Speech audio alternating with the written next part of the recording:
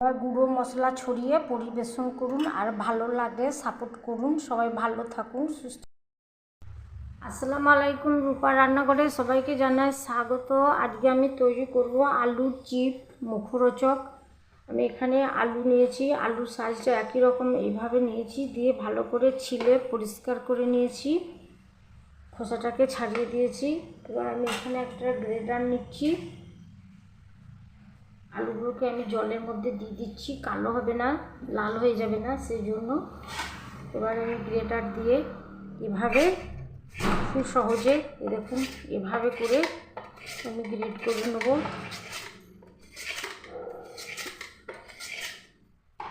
এই দেখুন কত সুন্দরভাবে গোল গোল করে করে নিচ্ছি।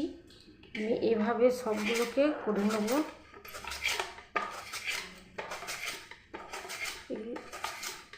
এই আলুর চিপসটা ছোট থেকে বড় সবাই খুবই পছন্দ করে। বাজারে কিনতে গেলে তো প্রচুর দাম। এভাবে ঘরে আপনারা করে বাচ্চাদেরকে খাওয়াবেন, দেখবেন বাচ্চারা তো খুবই খুশি হবে। বাইরে বেশি দাম দিয়ে কেনার কোনো দরকার নেই, খুব সহজে বাড়িতেই তৈরি করে নেওয়া যায়।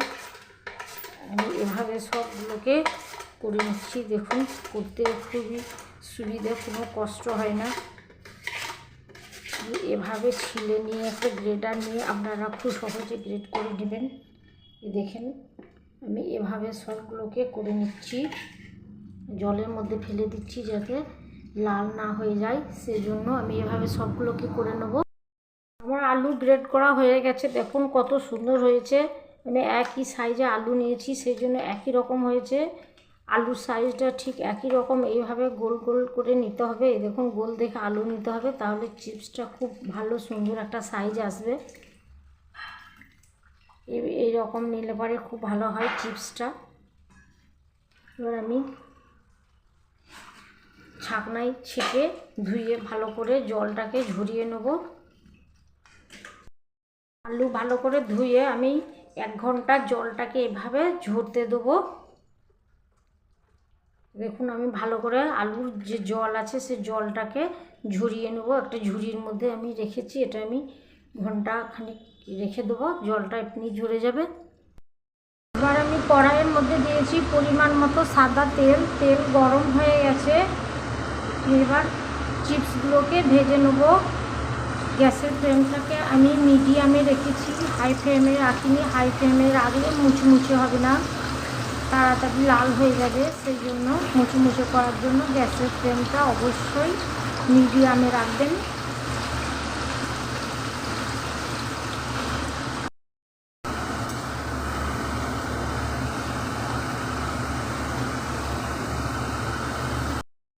সুন্দর আমার তৈরি হয়ে যাচ্ছে, দেখুন কত সুন্দর এবার কালার চলে আসছে। দেখুন দেখতে কত লোভনীয় হয়েছে।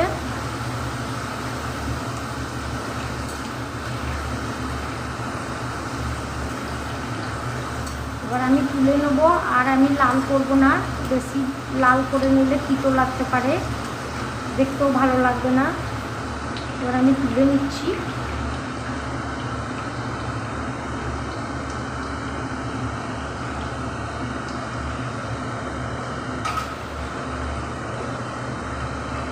সেম একইভাবে আবার আমি দিয়ে দিচ্ছি।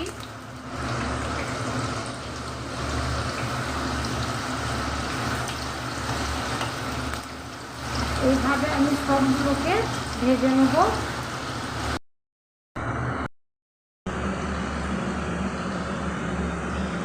এবার আমি একটা ছাকনা দিয়ে তেলটাকে ঝরিয়ে নেব।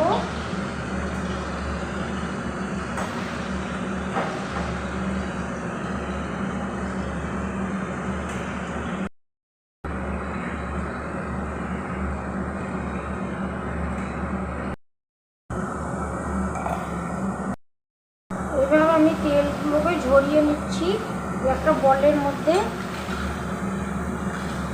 ঢেলে দিচ্ছি। দেখুন কত সুন্দর হয়েছে।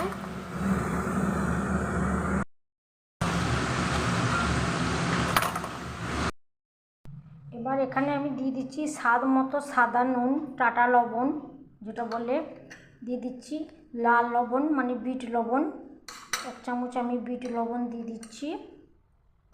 দিয়ে দিচ্ছি শুকনো গুঁড়ো লঙ্কা, ঝাল যেমন খাবেন সেরকম। আর দিয়ে দিচ্ছি শুকনো খোলায় ভেজে রাখা মৌরি। এগুলো আমি সব ভালো করে গ্রাইন্ডারে একটু বেটে নেব, গুঁড়ো করে নিচ্ছি। চাট মশলাটা তৈরি করে নিয়েছি, খুব ঝাল ঝাল টেস্টি হবে এটা। গুঁড়ো করে নিলাম। এবার আমি একটা প্লেটের মধ্যে যেটা খাবো তখনই আগে মেখে নিতে হবে। এভাবে আমি ছড়িয়ে দিচ্ছি চিপসের ওপর। পুরোটা আমি চাট মশলা দিয়ে মাখবো না, তাহলে নরম হয়ে যেতে পারে, যেহেতু লবণ আছে, লবণ পড়লে নরম হয়ে যাবে। এবার আপনারা পরিবেশন করুন, চায়ের আড্ডায় একদম জমে যাবে। বিকালে সন্ধ্যার সময় বা ছোট থেকে বড় সবাই খুবই পছন্দ করবে। আপনারা অবশ্যই একবার এভাবে বানিয়ে খাবেন, আমি যেভাবে বানিয়েছি। আর এটা আমি করে রেখেছি, এটা আমি কৌটোতে ভরে রেখে দেবো। যখন প্রয়োজন হবে, খাওয়ার ইচ্ছে করে, তখন আমি খাবো। অনেক দিন ধরে সংরক্ষণ করে রাখতে পারবেন।